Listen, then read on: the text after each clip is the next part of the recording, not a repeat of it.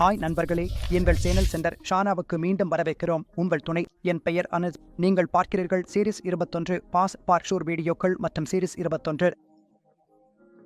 இது BMS distributor தேர்வுக்காக நாங்கள் video உருவாக்குகிறோம். நாங்கள் இதுவரை 3 அத்தியாயங்களை கவர் செய்துள்ளோம். இது கடனில் முதலீடு செய்வது பற்றிய 4வது அத்தியாயம். இன்று நாம் நிலையான வருமான பாதுகாப்புகளில் முதலீடு செய்வதை பற்றி கவரப் போகிறோம். நிலையான வருமானத்தில் குறிப்பாக கடனில் செய்யப்படும் முதலீடுகளை இன்று நாம் விரிவாக பார்க்கப் போகிறோம்.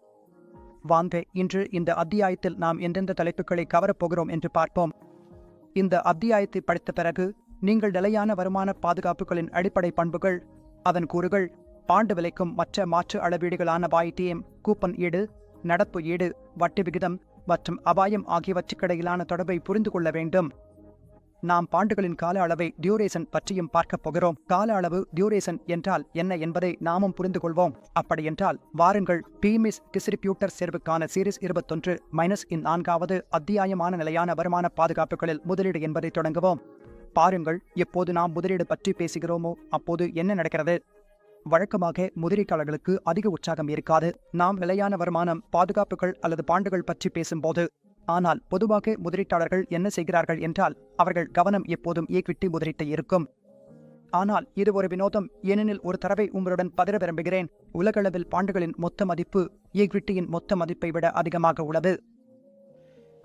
உலகம் முழுவதும் ஈக்விட்டியில் இருக்கும் முதலீட்டை விட கடன் சந்தையின் பரப்பளவு மற்றும் மதிப்பு மிகவும் அதிகமாக உள்ளது. நான் முதலீட்டுக்காக பேசுகிறேன். எனவே டெக் அண்ட் சீரிஸ் புத்தகத்தில் குறிப்பிடப்பட்டுள்ளபடி 2020 ஆண்டு வரை உலகளாவிய ஈக்விட்டி மார்க்கெட் கேபிட்டலைசேஷன் அமெரிக்க டாலரில் $5.8 டிரில்லியன் இருந்தது. 2020 வரை உலகளாவிய பாண்ட் மார்க்கெட்டில் நிலுவையில் இருந்த தொகை அமெரிக்க டாலரில் $23.5 டிரில்லியன் இருந்தது. அதனால் இங்கே எளிதாக பார்க்க முடிகிறது, உலகளாவிய கடன் சந்தை ஈக்விட்டி சந்தையை விட பெரியதாக உள்ளது. கடன் சந்தையில் $123.5 டிரில்லியன் அமெரிக்க டாலர் உள்ளது. ஆனால் ஈக்விட்டி மார்க்கெட் கேபிட்டல் $105.8 டிரில்லியன் மட்டுமே. பார்க்கும்போது அரசாங்கமே ஒரே பெரிய வெளியீட்டாளராக இருக்கிறது என்று தெரிகிறது. நிறுவனங்களும் பல்வேறு வகையான பாண்டுகளை வெளியிடுகின்றன. அதே நேரத்தில் அரசாங்க பாண்டுகளும் வெவ்வேறு காலாவதியுடன் மற்றும் வெவ்வேறு வகைகளாக இருக்கலாம். இந்த அதிகாரத்தில் அடுத்ததாக நாம் எந்தெந்த வகையான பாண்டுகள் உள்ளன, அவற்றின் தன்மைகள் என்ன என்பதை புரிந்து கொள்வோம். குறிப்பாக இந்தியாவின் நிலையான வருமான சந்தையை பற்றி. வாங்க இந்தியாவில் நிலையான வருமான பத்திரங்களை வெளியிடும் எந்தெந்த நிறுவனங்கள் உள்ளன என்பதை புரிந்து கொள்வோம். இந்தியாவில் நிலையான வருமான பத்திரங்கள் மத்திய மற்றும் மாநில அரசுகள், பொது நிறுவனங்கள், வங்கிகள், நிறுவனங்கள் மற்றும் கார்ப்பரேட் நிறுவனங்கள் ஆகியவற்றால் வெளியிடப்படுகின்றன. வாங்க ஒரு அட்டவணையின் மூலம் நாம் சந்தை பிரிவுகள் மற்றும் வெளியிடுபவர்கள் யார் என்பதை புரிந்து கொள்வோம். அரசு பத்திரங்கள். இந்தியாவில் இன்று வர்த்தகம் செய்யப்படும் நிலையான வருமான கருவிகள் வகைகள் பற்றி நான் பேசினால் முதன்மையாக அரசு பத்திரங்கள் தான். இதில் மத்திய அரசு மற்றும் மாநில அரசின் பாண்டுகள் அடங்கும். அதற்கு பிறகு பொதுத்துறை சார்ந்த சில பாண்டுகள் உள்ளன. இதில் சில அரசு நிறுவனங்கள், கட்டமைப்பு அமைப்புகள் அடங்கும்.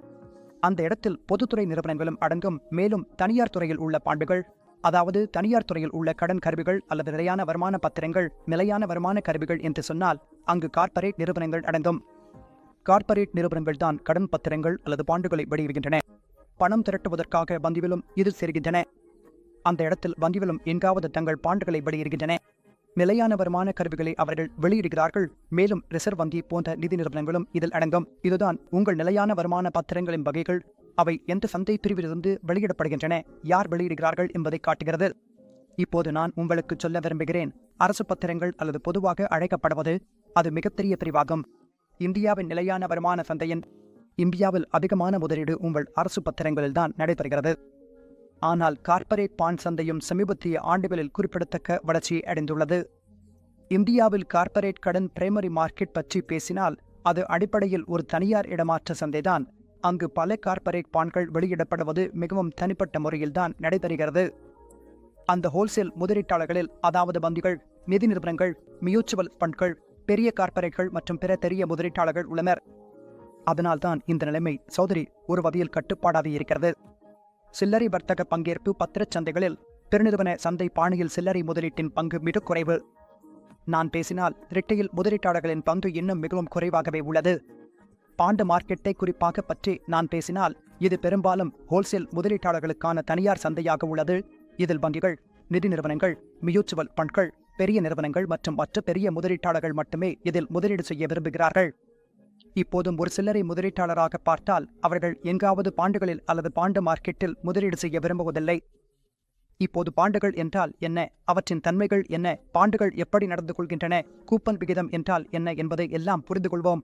பாருங்கள், பாண்டு என்றால் என்ன? இது உங்கள் நிலையான நிதி கடமை, வெளியிடுபவரின் மீது இருக்கும் கடன். இதை நிலையான வருமான பாதுகாப்புகள் என்று குறிப்பிடுகிறார்கள். நான் யாரிடமாவது பணம் கடன் வாங்கினால் எனக்கு ஒரு நிலையான பொறுப்பு உருவாகிறது, அல்லது நான் சொல்ல வேண்டும் என்றால் அது ஒரு நிலையான நிதி கடமை ஆகிறது. அதாவது நான் அவருக்கு வட்டி மற்றும் முதன்மை தொகையை திருப்பி செலுத்த வேண்டும். எடுத்துக்காட்டாக, நான் அவருக்கு வருடத்திற்கு 10% வட்டி கொடுக்கிறேன் என்றால் அது வருடத்திற்கு, அரை வருடத்திற்கு அல்லது மாதத்திற்கு எந்த வட்டி விகிதமாக இருந்தாலும், எந்த வட்டி கட்டணமாக இருந்தாலும் சரி, எந்த கால அவை இருக்கிறதோ அதற்கேற்ப அந்த வட்டி கட்டணங்களை நான் செலுத்துவேன். கடைசியில் எடுத்துக்காட்டாக நான் காலாண்டுக்கு ஒரு முறை செலுத்துகிறேன் என்று வைத்துக் கொள்வோம். 12% வட்டி என்றால் ஒவ்வொரு காலாண்டிலும் 3% வட்டியாக செலுத்துவேன்.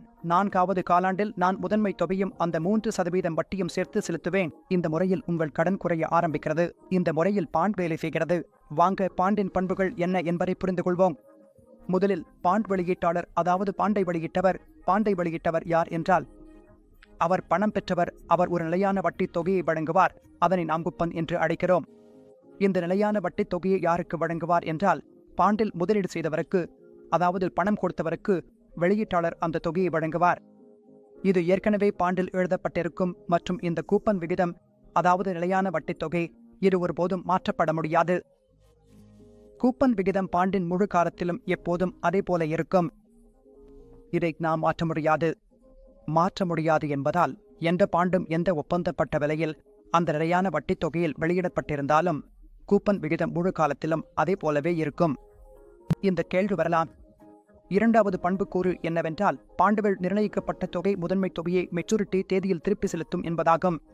அதாவது நான் எடுத்த உதாரணம் போல, யாராவது ஒருவரிடம் 1 லட்சம் ரூபாய் எடுத்தால் அது வருடத்திற்கு ஒரு முறை என்ற கணக்கில் எடுத்ததாக இருக்கும். காலாண்டுக்கு ஒரு முறை செலுத்தினால் அவர் ஒவ்வொரு காலாண்டிலும் 3% செலுத்துவார். 4வது காலாண்டில் அசல் தொகை திருப்பி தரப்படும். அதாவது உங்கள் முதன்மை தொகை திரும்ப கிடைக்கும். முதன்மை தொகையின் நிலையான தொகை மெச்சூரிட்டி தேதியில் ஒரு வருட பாண்ட் என்றால் 365வது நாளில் உங்களுக்கு முதன்மை தொகையை திருப்பி வழங்க வேண்டும். அதாவது பத்திரத்தின் நிலையான வருமான பொறுப்புதான் பாண்டின் பண்புகளை வரையறுக்கிறது. நாம் சொல்கிறோம் என்றால் ஏதாவது ஒரு நிலையான வருமானம் இருக்கிறது என்றால் அதன் பண்புகள் இதுவே. அதில் வருமானம் நிலையாக வருகிறது. சரி, நான் உங்களுக்கு சொன்னது போல அது வருடாந்திரமாக இருக்கலாம். நிலையான வருமான கருவிகளில் வட்டி செலுத்தும் தொகை வருடாந்திரமாக இருக்கலாம். உங்களது வட்டி செலுத்தும் தொகை காலாண்டாக இருக்கலாம், மாதாந்திரமாக இருக்கலாம். மேலும் இன்னொரு விஷயத்தை நான் இங்கே சொல்கிறேன். டெர்ம்டு மெச்சூரிட்டி என்றால் என்ன என்பது. டெர்ம்டு மெச்சூரிட்டி என்பது ஒரு பாண்டு மெச்சூர் ஆகி காலாவதியாக முன் இருக்கும் கால இடைவெளி. அதாவது அந்த பாண்டு காலாவதியாக இன்னும் எவ்வளவு நேரம் உள்ளது என்பதை இது குறிக்கிறது. அதையே நாமும் தூய்மையாக டெர்ம்டு மெச்சூரிட்டி என்று அழைக்கிறோம். மெச்சூரிட்டி காலத்தை நாமும் டென்யூர் அல்லது டென்யூர் என்றும் சொல்லலாம். இப்போது நாம் ஆப்ஷன்கள் உள்ள பாண்டுகள் பற்றி பேசப் போகிறோம். பாண்டுகளில் சில எம்பிடிக் ஆப்ஷன்கள் இருக்கும். சில பொதுவான பாண்டு வகைகள் உள்ளன. உட்பொதிக்கப்பட்ட விருப்பங்களுடன் அழைப்பு விருப்பங்கள் மற்றும் புட் விருப்பங்களுடன் பத்திரங்கள் மற்றும் மாற்றத்தக்க பத்திரங்கள் உள்ளன. அதாவது பாண்டுகளுடன் சில ஆப்ஷன்கள் இணைக்கப்பட்டிருக்கும், சில பாண்டுகளுடன் இவை இணைக்கப்பட்டிருக்கும். வாங்க இப்போது புரிந்து கொள்வோம். கால் ஆப்ஷன் கொண்ட பாண்டுகள், அதாவது காலபிள் பாண்டுகள் என்றால் என்ன, புட் ஆப்ஷன் கொண்ட பாண்டுகள் மற்றும் கன்வெர்ட்டிபிள் பாண்டுகள் என்றால் என்ன என்பதை இது போன்ற கேள்வி வர வாய்ப்பு உள்ளது. அதனால் நாம் முக்கியமாக கவனிக்க வேண்டியது என்னவென்றால், ஒரு பாண்டில் கால் ஆப்ஷன் இருந்தால் அது எந்த வகை பாண்டு, புட் ஆப்ஷன் கொடுக்கப்பட்டிருந்தால் அது எந்த வகை பாண்டு. வாங்க இதை புரிந்து கொள்வோம். மேலும் இது ஒவ்வொன்றும் ஒரு மதிப்பெண் கேள்விகளாகவும் வரலாம். எங்களுடைய இந்த வீடியோ உருவாக்கும் முக்கிய நோக்கம் என்னவென்றால், உங்களுக்கு எகேஸ் 21 தெளிவாக புரிய வைக்க வேண்டும் என்பதுதான். அதற்காக தேர்வில் மீண்டும் மீண்டும் கேட்கப்படும் முக்கியமான கேள்விகளை நான் உங்களிடம் தொடர்ந்து பகிர்ந்து வருகிறேன். அதேபோல் இந்த ஆப்ஷன்ஸ் தொடர்பான கேள்வியும் அதே வழியில் வருகிறது. மிகவும் தெளிவான கேள்வி வரும். சிறிது கவனம் செலுத்த வேண்டும் என்பதே உங்களுக்கு தேவை. நீங்கள் இதை புரிந்து கொண்டால் கேள்விக்கு மிகவும் எளிதாக பதில் சொல்ல முடியும். வாங்க காலபிள் பாண்ட் என்றால் என்ன என்று புரிந்து கொள்வோம்.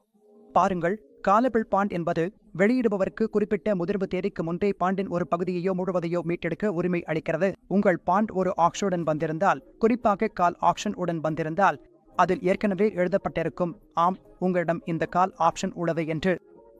இந்த காலபிள் பாண்ட் என்பது பாண்ட் வெளியிடுபவருக்கு, அதாவது பாண்ட் வெளியிட்டு பணம் பெறுபவருக்கு, கடன் திரட்டுபவருக்கு இந்த உரிமையை வழங்குகிறது. அதாவது அவர் பாண்டின் ஒரு பகுதியையோ அல்லது முழுவதையோ மீட்டெடுக்க முடியும். குறிப்பிட்ட மெச்சூரிட்டி தேதிக்கு முன்பாகவும் கால் ப்ரொவிஷன்ஸ் பற்றிய விவரங்களும் இந்த 4 விஷயங்களில் குறிப்பிடப்பட்டிருக்கும். அதனால் இந்த காலபிள் பாண்ட் என்பது ஒரு வகையில் நாம் சொல்லலாம், இந்த பத்திரத்தை வெளியிடுபவருக்கு, கடனை வெளியிடுபவருக்கு, பாண்ட் வெளியிடுபவருக்கு மிகவும் பெரிய நன்மை தருகிறது. மற்றொரு பக்கமாக நான் பேசினால், இந்த காலபிள் பாண்ட்கள் முதலீட்டாளருக்கு என்ன ஆகும் என்றால், அது மிகவும் அதிக வருமான அபாயத்தை கொண்டு வருகிறது. ஏனென்றால் அவர் உங்கள் படத்தை முன்பே திருப்பிக் கொடுத்துவிட்டால் அந்த படத்தை நீங்கள் எங்கே முதலீடு செய்வீர்கள் என்பது கேள்வியாகிவிடும். 12 மாத கால பாண்டு அதில் கால் ஆப்ஷன் இருந்தது. உங்களுக்கு பணம் கொடுத்து அந்த டெட்டில் உள்ளவர், அதாவது இஷ்யூவர் 6 மாதத்திலேயே அந்த கால் ஆப்ஷனை பயன்படுத்தி உங்களிடம் இருந்த பணத்தை திருப்பிக் கொடுத்து விட்டார். வட்டியுடன் இப்போது உங்கள் பணம் திரும்ப வந்துவிட்டது. ஒரு முதலீட்டாளராக உங்களிடம் ரீஇன்வெஸ்ட்மெண்ட் என்ற பெரிய அபாயம் எழுகிறது. அதாவது நீங்கள் அந்த பணத்தை எங்கே முதலீடு செய்வீர்கள் என்பது கேள்வியாகிறது. மேலும் 6 மாதங்களுக்கு முன்பு கிடைத்த வட்டியை மீண்டும் பெற முடியாமல் போகலாம். பொருளாதாரத்தில் வட்டி விகிதங்கள் குறைந்துவிட்டன. அதனால் இந்த நிலைமையில் ஒரு முதலீட்டாளருக்கு ரீஇன்வெஸ்ட்மெண்ட் அபாயம் அதிகரிக்கிறது. நீங்கள் ஒரு காலபிள் பாண்டில் முதலீடு செய்யும் போது இது நடக்கிறது. இப்போது புட் ப்ரொவிஷன்கள் பற்றி பேசலாம். பாருங்கள், புட் ப்ரொவிஷன் என்ன செய்கிறது என்பதை பார்ப்போம். பாண்டு ஹோல்டர், அதாவது பணத்தை முதலீடு செய்தவர், பாண்டை வைத்திருப்பவர், அவர்களுக்கு ஒரு உரிமை வழங்கப்படுகிறது. அதாவது அந்த பாண்டை விற்கும் உரிமை. மீண்டும் அந்த பாண்டை முன்பே தீர்மானிக்கப்பட்ட விலையில் குறிப்பிட்ட தேதியில் இஷ்யூயரிடம் விற்க முடியும். அதாவது உங்கள் தீர்மானிக்கப்பட்ட விலையும் குறிப்பிட்ட தேதியும் இரண்டும் இங்கே முன்பே தீர்மானிக்கப்பட்டதாக இருக்கும். புட் ப்ரொவிஷன் என்ன செய்கிறது என்றால், பாண்டு ஹோல்டருக்கு உரிமை வழங்குகிறது. அதாவது அவர் தனது பாண்டை மீண்டும் இஷ்யூயரிடம் விற்க முடியும். முன்னதாக தீர்மானிக்கப்பட்ட விலை மற்றும் குறிப்பிட்ட தேதியில் பொதுவாக பார்க்கப்படுவது என்னவென்றால், இந்த போர்பிள் பாண்டுகள் பாண்டு ஹோல்டர்களுக்கு பயனுள்ளதாக இருக்கும். ஏன் அப்படி சொல்கிறோம்? பாண்டு ஹோல்டர்கள் ஒரு உத்தரவாதத்தை வழங்குகிறார்கள், அதாவது முன்பே தீர்மானிக்கப்பட்ட விற்பனை விலையை ரிடெம்ஷன் தேதியில் பெறுவார்கள் என்று. அதனால் உங்களுக்கு ஏற்கனவே தெரியும் இந்த இடத்தில் எவ்வளவு பணம் வரப்போகிறது என்பதும், விற்பனை விலை மற்றும் ரிடெம்ஷன் தேதி ஆகியவை முன்பே தெரிந்திருக்கும். உங்களுக்கு முன்பே தெரியும் இந்த பாண்டை நீங்கள் முன்பே தீர்மானிக்கப்பட்ட விலையில் மற்றும் குறிப்பிட்ட தேதியில் பாண்டு இஷ்யூவருக்கு விற்க முடியும். இப்போது நாம் கன்வெர்ட்டிபிள் பாண்டுகள் பற்றி பேசப் போகிறோம். ஒரு பார்வை இடுங்கள். கன்வெர்ட்டிபிள் பாண்டுகள், அதில் எதுவும் சிக்கல் இல்லை. இது ஒரு சாதாரண வெனிலா ப்ளூ பாண்டும் அதனுடன் இணைக்கப்பட்ட இக்விட்டி கால் ஆப்ஷனும் சேர்ந்த கலவையாகும். மீண்டும் சொல்கிறேன், கன்வெர்ட்டிபிள் பாண்டுகள். இது ஒரு சாதாரண வெனிலா பாண்டும் அதனுடன் இணைக்கப்பட்ட இக்விட்டி கால் ஆப்ஷனும் சேர்ந்த கலவையாகும். இந்த பாண்டு ஹோல்டருக்கு ஒரு உரிமையை வழங்குகிறது. அந்த பாண்டு ஹோல்டர், அதாவது முதலீட்டாளர், அந்த குறிப்பிட்ட தேதி செக்யூரிட்டி அல்லது பாண்டில் பணம் முதலீடு செய்தவர், அவருக்கு இந்த உரிமையை வழங்குகிறது. நான் கன்வெர்ட்டிபிள் பாண்டு ஆப்ஷன் பற்றி பேசுகிறேன். இது அந்த குறிப்பிட்ட முதலீட்டாளருக்கு அவர் தனது பாண்டை மாற்றிக்கொள்ளும் உரிமையை வழங்குகிறது. அந்த பாண்டை அந்த நிறுவனம் வெளியிடும் குறிப்பிட்ட எண்ணிக்கையிலான சாதாரண பங்குகளாக மாற்றிக்கொள்ளும் உரிமையை வழங்குகிறது. அதாவது ஒரு நிறுவனம் கடன் வெளியிடுகிறது, பணம் திரட்டுவதற்காக அந்த கடனை வெளியிடுகிறது, மேலும் அதன் முதலீட்டாளர்களுக்கு அந்த கடனில் கன்வெர்ட்டிபிள் பாண்டு ஆப்ஷனை வழங்குகிறது. அந்த குறிப்பிட்ட கடன் முதலீட்டாளருக்கு இந்த உரிமை உள்ளது. அதாவது அவர் தனது உரிமையை பயன்படுத்தி அதை மாற்றிக்கொள்ளலாம். அவர் தனது உரிமையை பயன்படுத்தி அந்த பாண்டை நிறுவனம் திருப்பிக் கொடுத்து அதற்கு பதிலாக அந்த நிறுவனம் வெளியிடும் குறிப்பிட்ட எண்ணிக்கையிலான சாதாரண இக்விட்டி பங்குகளை பெற்றுக்கொள்ளலாம். இதுதான் அந்த பாண்டுகள் பற்றியது.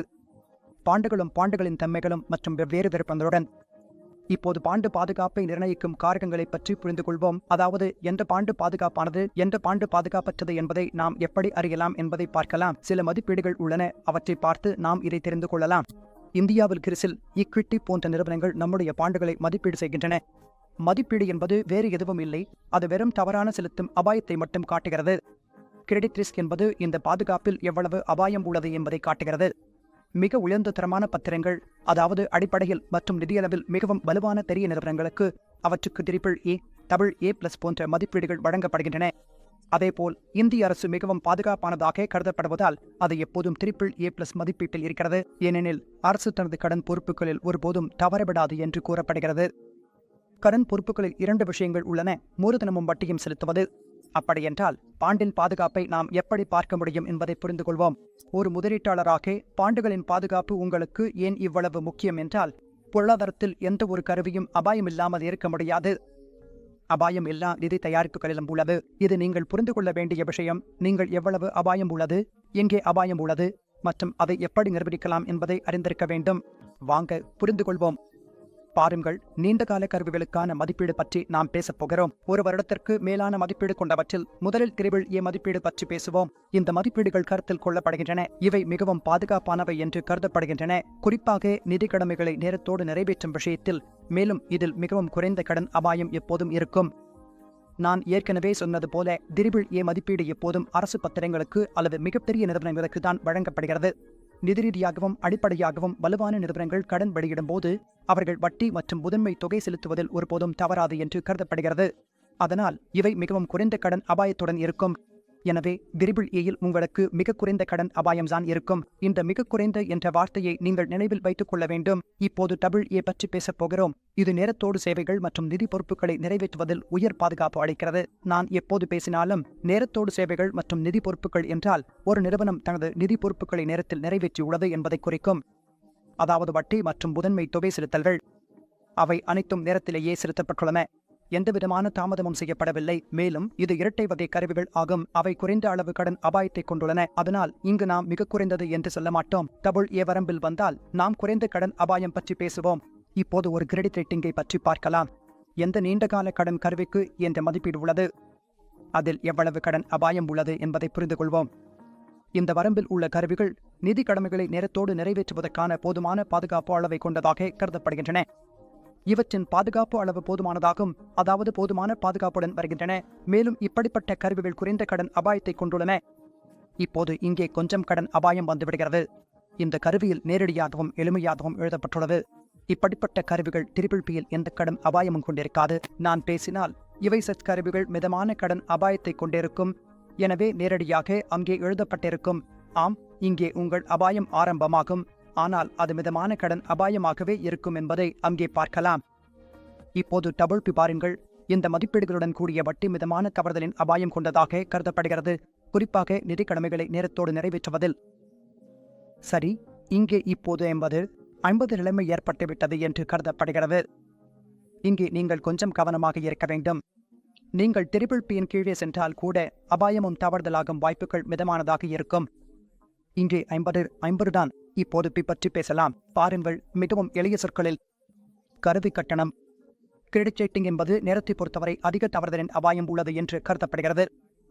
யாருடைய ரேட்டிங் P என்று இருக்கிறதோ அவர்களை இங்கு தவறுதலுக்கான அபாயம் அதிகம் என்று கருதப்படுகிறார்கள். இங்கு தவறுதலுக்கான அதிக அபாயம் உள்ளது என்பதன் அர்த்தம், நீங்கள் ரேட்டிங் கொண்ட அந்த கடன் பாதுகாப்பில் பணம் முதலீடு செய்தால் உங்கள் பணம் தவறுதலுக்கான அதிக வாய்ப்பில் இருக்கும். இந்த பாதுகாப்பு மிக அதிகமாக இருந்தது. இங்கே மிக அதிகமாக இயல்புநிலை ஆபத்து வந்தது. Tயில் பாருங்கள், அதிக ஆபத்து இருந்தது. இங்கே மிக அதிகமாக இயல்புநிலை ஆபத்து வந்தது. மற்றும் Bயில் விரைவில் இயல்புநிலைக்கு வரும் என்று எதிர்பார்க்கப்படுகிறது. D credit card. ரேட்டிங் என்றால் விரைவில் தவறுதலாகும் என்று அர்த்தம். எதிர்காலத்தில் மிகவும் விரைவில் இது நடக்கப் போகிறது. இங்கே இன்னொரு விஷயத்தை நான் சொல்ல விரும்புகிறேன். ஜங்க் பாண்டுகள் பற்றி. நாம் கிரெடிட் ரேட்டிங்கில் கீழே போகிறோம் என்றால், நீங்கள் கிரெடிட் ரேட்டிங்கில் கீழே போகும்போது உங்கள் ஈல்டு அதிகரிக்கத் தொடங்கும்.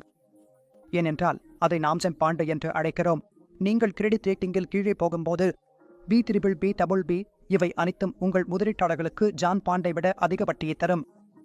ஆனால் இந்த நிறுவனங்கள் மிதமான அபாய நிலை அல்லது மிக அதிக தவறான அபாய நிலை கொண்டதாக இருக்கும். அதனால் ஒரு முதலீட்டாளராக டெக் இன்வெஸ்ட்மெண்டில் எந்த அபாயமும் இல்லை என்று நினைக்க முடியாது. நீங்கள் ரேட்டிங்கில் கீழே போவதற்காக அதிக வருமானம் பெற முயற்சித்தால் அதற்கேற்றபடி அதிக அபாயத்தையும் ஏற்க வேண்டி வரும். முதலாவது அதிகாரத்தில் நாம் அபாயம் மற்றும் வருமானம் பற்றிய நிலையை பார்த்தோம். அபாயம் அதிகம் என்றால் வருமானமும் அதிகம். அதேபோல் இங்கேயும் நீங்கள் ரேட்டிங்கில் கீழே போனால் உங்கள் வருமான வாய்ப்புகள் அதிகரிக்கும், ஆனால் தவறடையும் டிஃபால்ட் வாய்ப்புகளும் அதிகரிக்கும். இப்போது நாம் பாண்ட் விலையீட்டை பற்றி பேசப் போகிறோம். பாருங்கள், பாண்ட் விலை என்பது எதுவும் பெரிய விஷயம் இல்லை. பாண்டின் விலை என்பது அந்த பாண்டுக்கு எதிர்காலத்தில் கிடைக்கும் அனைத்து பணப்புழக்கங்களின் தற்போதைய மதிப்பை கூட்டினால் கிடைக்கும் தொகைதான். அதாவது அந்த பாண்டுக்கு எதிர்காலத்தில் வரும் அனைத்து பணப்புழக்கங்களின் தற்போதைய மதிப்பை இன்று கணக்கிட்டால் அதுவே அந்த பாண்டின் விலை. அதனால் இது மிகவும் எளிமையானது மற்றும் நேரடியாகும். உங்கள் எதிர்கால பணப்புழக்கங்கள் வழங்கப்பட்ட வாயிட்டியம் வழங்கப்பட்டதா என்று ஏதேனும் கேள்வி எழுந்தால் நீங்கள் அந்த வாயிட்டியமை தள்ளுபடி செய்தீர்கள். அனைத்து எதிர்கால பணப்புழக்கங்களை தள்ளுபடி செய்து எல்லாவற்றையும் கூட்டினால் அதுவே உங்கள் பாண்டின் விலை ஆகும். இது மிகவும் எளிமையானது. இந்த மாதிரியான ஒரு கேள்வி 100% வரும். இதில் நீங்கள் தவறு செய்யக்கூடாது. மேலும் எளிய வரையறையை பாருங்கள். ஒரு பாண்டின் விலை என்பது எதிர்கால பணப்புழக்கங்களின் தற்போதைய மதிப்பின் கூட்டுத்தொகையாகும். எதிர்காலத்தில் வரும் அனைத்து பணப்புழக்கங்களையும் இன்று வாயிட்டியம் மூலம் தள்ளுபடி செய்து அந்த எல்லா எதிர்கால பணப்பழக்கங்களையும் சேர்த்தால் அதுவே உங்கள் பாண்டின் விலை ஆகும். இந்த எடுத்துக்காட்டின் மூலம் நான் உங்களுக்கு விளக்க முயற்சிக்கிறேன். ஏபிசி நிறுவனத்தின் பாண்டு ஒன்று 1000 ரூபாய் முக மதிப்பில் உள்ளது. அதன் கூப்பன் விகிதம் 6% ஆகும் மற்றும் அது 12 மாதங்கள் முடிவில் செலுத்தப்படுகிறது. அதன் காலாவதி 3 ஆண்டுகள் தூரத்தில் உள்ளது மற்றும் அதன் பாயிட்டியம் 7% ஆகும். 7% என்பதே அதன் பாயிட்டியம் ஆகும். அப்போ நான் சொன்னேன், பாண்டின் விலை என்பது வேறொன்றும் இல்லை. அது அந்த பாண்டிலிருந்து வரும் பணப்புழக்கத்தின் தற்போதைய மதிப்பே ஆகும். அதை நாம் பாயிட்டியம் விகிதத்தில் தள்ளுபடி செய்து கணக்கிடுவோம்.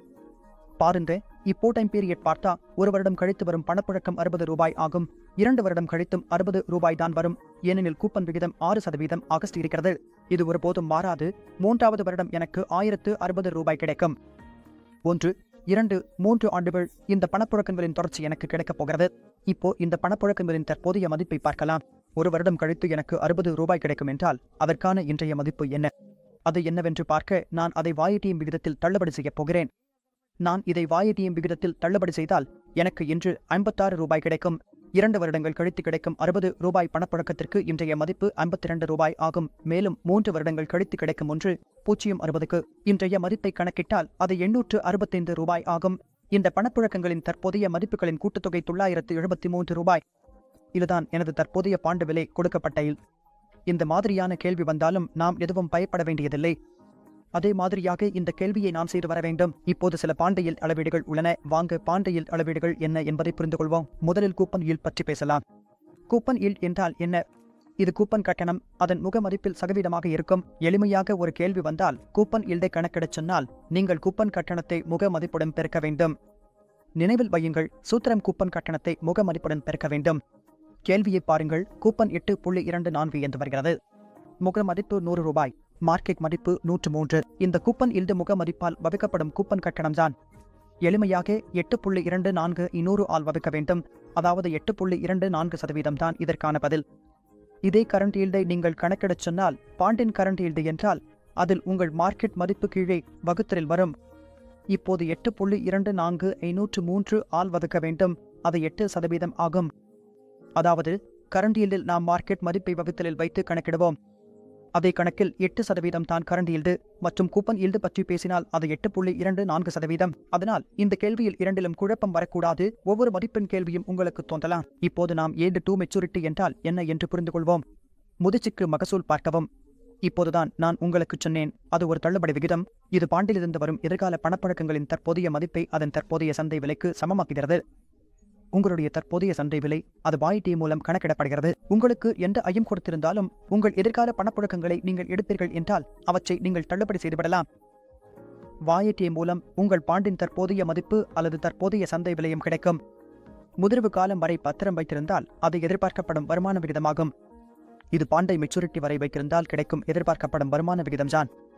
நான் உங்களுக்கு எளிமையாக சொன்னது அது எஞ்சியுள்ள பணப்புழக்கங்களின் தற்போதைய மதிப்பின் கூட்டுத்தொகைதான். நாம் இதற்காக ஏற்கனவே ஒரு உதாரணமும் பார்த்தோம். அதை இப்போது மீண்டும் பார்க்கலாம். இப்போது டேக் அவுட் கன்வென்ஷன் என்றால் என்ன என்பதை புரிந்து கொள்வோம். பாருங்கள், இந்திய பாண்டு சந்தையை பற்றி பேசினால் 1 வருடத்துக்கு மேல் உள்ள சந்தையை டெக் மார்க்கெட் அல்லது கேபிடல் மார்க்கெட் என்று அழைப்பார்கள். 1 வருடத்துக்கு குறைவானதை மணி மார்க்கெட் என்று சொல்வார்கள். அதனால் இந்திய பாண்டு சந்தையில் பின்பற்றப்படும் கன்வென்ஷன்கள் குறிப்பாக பாண்டு மார்க்கெட்டுக்காக 30/360 நாட்கள் முறையை பின்பற்றுகின்றன. இதன் அர்த்தம் என்னவென்றால் 1 மாதத்தில் உண்மையான நாட்கள் எத்தனை இருந்தாலும் கணக்கீட்டிற்காக நீங்கள் 30 நாட்கள் என்றே எடுத்துக்கொள்வீர்கள். அதனால் இது ஒரு எளிய கேள்விதான் வரும். எந்த ஒரு கணக்கீட்டையும் கேட்க மாட்டார்கள்.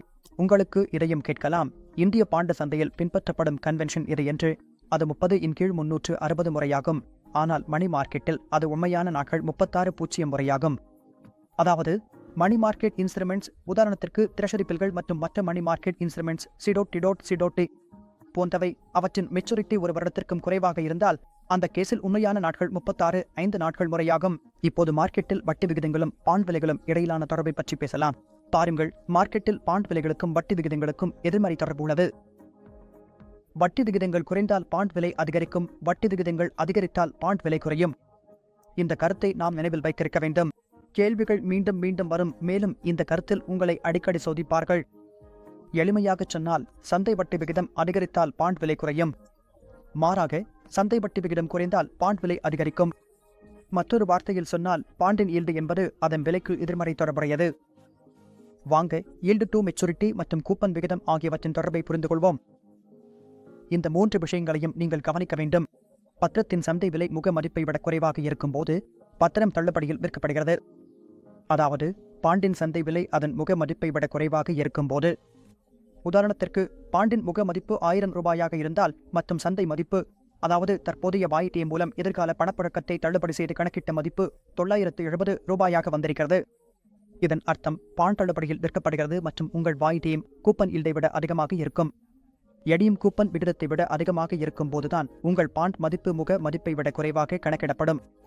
அதனால் இங்கு உங்கள் பாண்ட் சந்தை விலை முக மதிப்பை விட குறைவாக இருக்கும்போது வாய்ட்டியம் என்பது கூப்பன் ஈல்டை விட அதிகமாக இருக்க வேண்டும்.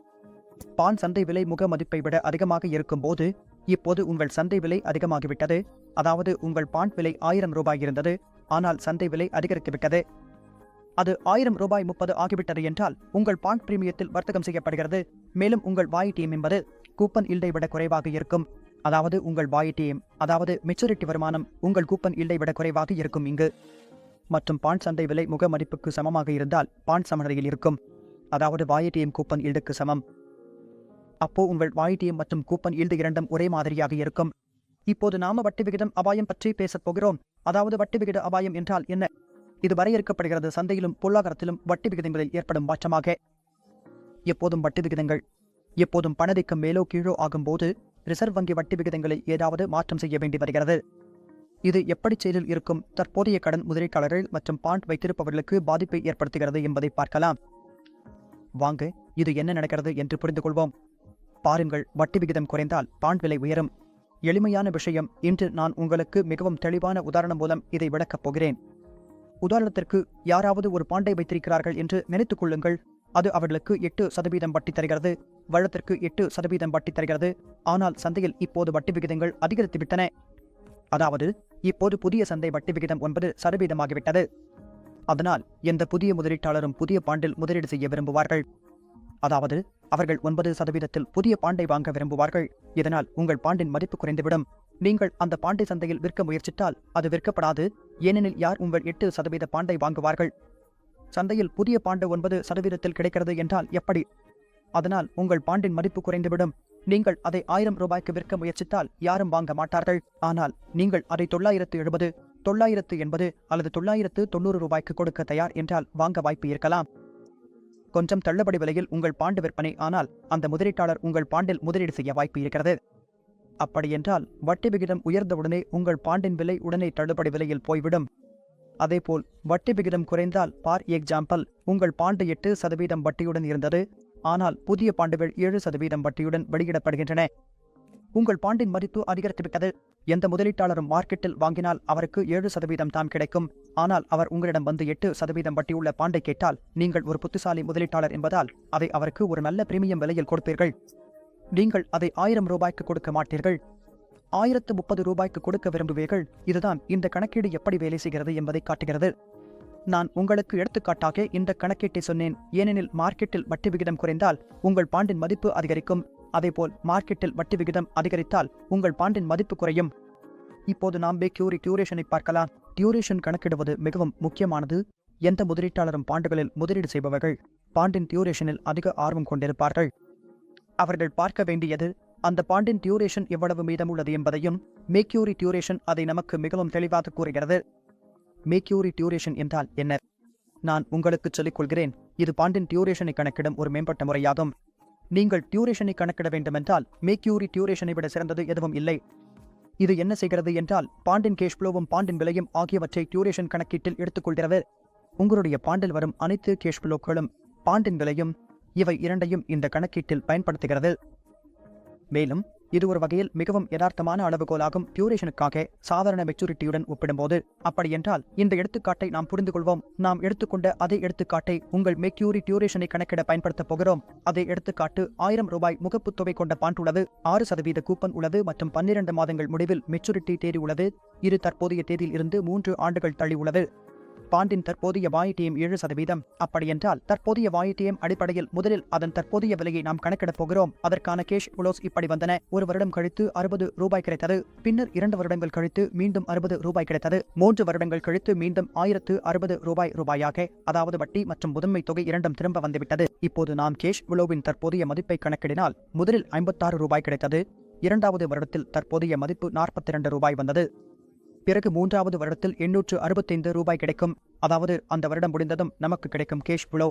இந்த மூன்றையும் சேர்த்தால் 973 என்பது கொடுக்கப்பட்ட தற்போதைய விலை. எனவே என் பாண்டின் தற்போதைய விலை என்ன? 973 தான் கொடுக்கப்பட்ட இப்போது பாருங்கள், இவைகளின் கேஷ் ஃப்ளோஸின் டைம் வெயிட்டட் வேல்யூவை நான் கணக்கிடப் போகிறேன். அதாவது இவைகளின் time weighted value of cash flows எனக்கு கண்டுபிடிக்க வேண்டியிருக்கும். அதாவது இதில் எவ்வளவு நேரம் இருக்கிறது என்பதை நாம் அதனுடன் பெருக்குவோம். அதாவது 56 ஒரு வருடத்துடன் பெருக்க வேண்டும், 52 என்ற கேஷ் ஃப்ளோஸ் இரண்டாவது வருடத்துடன் பெருக்க வேண்டும் மற்றும் மூன்றாவது வருடத்தில் வரும் 865 3உடன் பெருக்க வேண்டும்.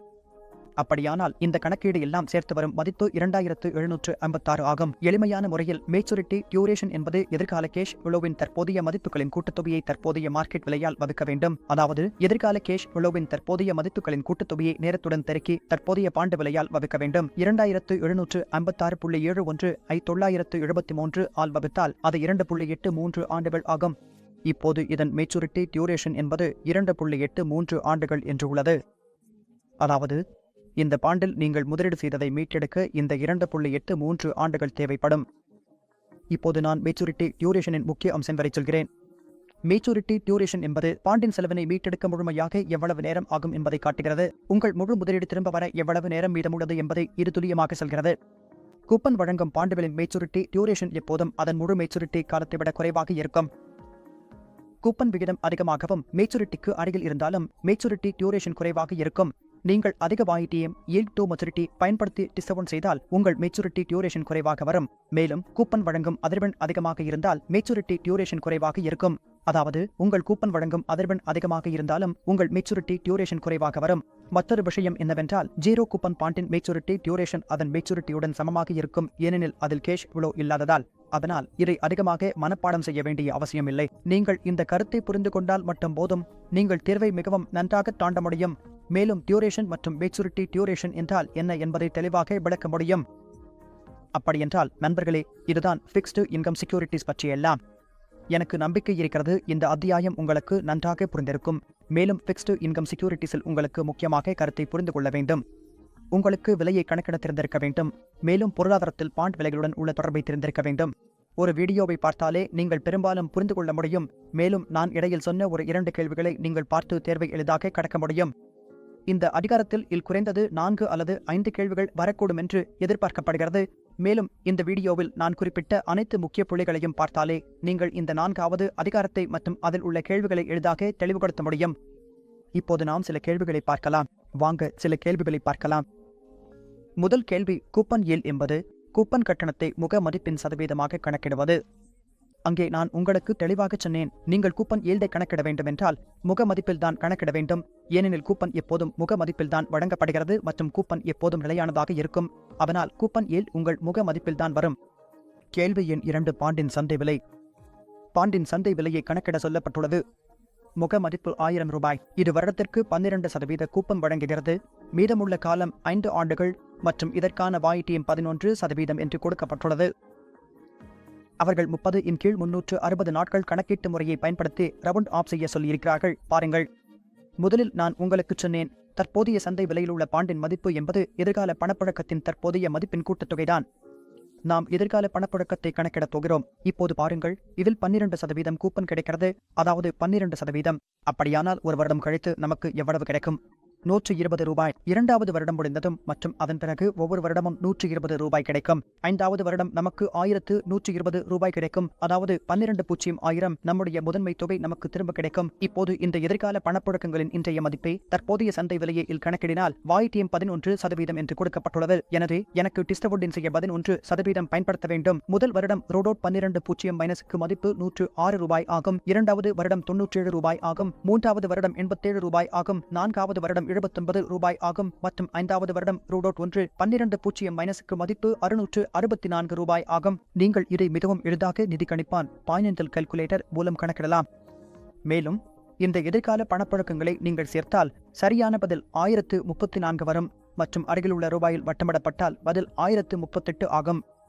அப்படியென்றால் இரண்டாவது கேள்விக்கான பதில் 1038. இந்த பத்திரத்தின் சந்தை விலை 1038. கேள்வி எண் 3, பண்டத்தை வெளியிடும் நிறுவனம் பத்திரத்தை காலாவதிக்கு முன்பே திரும்பப் பெற அனுமதிக்கும் எதிர்கால அம்சம். இதை நாம் மிகவும் தெளிவாக படித்தோம். அதாவது காலபிள் பாண்ட், அதாவது கால் விருப்பத்தில் நிறுவனம் பத்திரத்தை முன்பே திரும்பப் பெறும் உரிமை பெற்றிருக்கும். இப்போது 4வது கேள்வியின் வழக்கமான பொருத்தத்தை பற்றி பேசலாம். புட்விருப்பத்தின் அம்சம் பத்திரத்தில் யாருக்கு வழங்கப்படுகிறது? பத்திரம் வைத்திருப்பவருக்கு பத்திரத்தை வேறு ஒரு பாதுகாப்பாக மாற்றும் விருப்பத்தை வழங்குகிறதா, அல்லது வைத்திருப்பவருக்கு சில சூழ்நிலைகளில் பத்திரத்தை மீண்டும் வெளியீட்டாளருக்கு விற்கும் உரிமையை வழங்குகிறதா, அல்லது வெளியீட்டு நிறுவனம் பத்திரங்களை காலாவதிக்கு முன்பே திரும்பப் பெற அனுமதிக்கிறதா, அல்லது முதலீட்டாளருக்கு பத்திரத்தை மீட்க அனுமதிக்கிறதா? மிகவும் தெளிவாக நாம் பார்த்தோம்.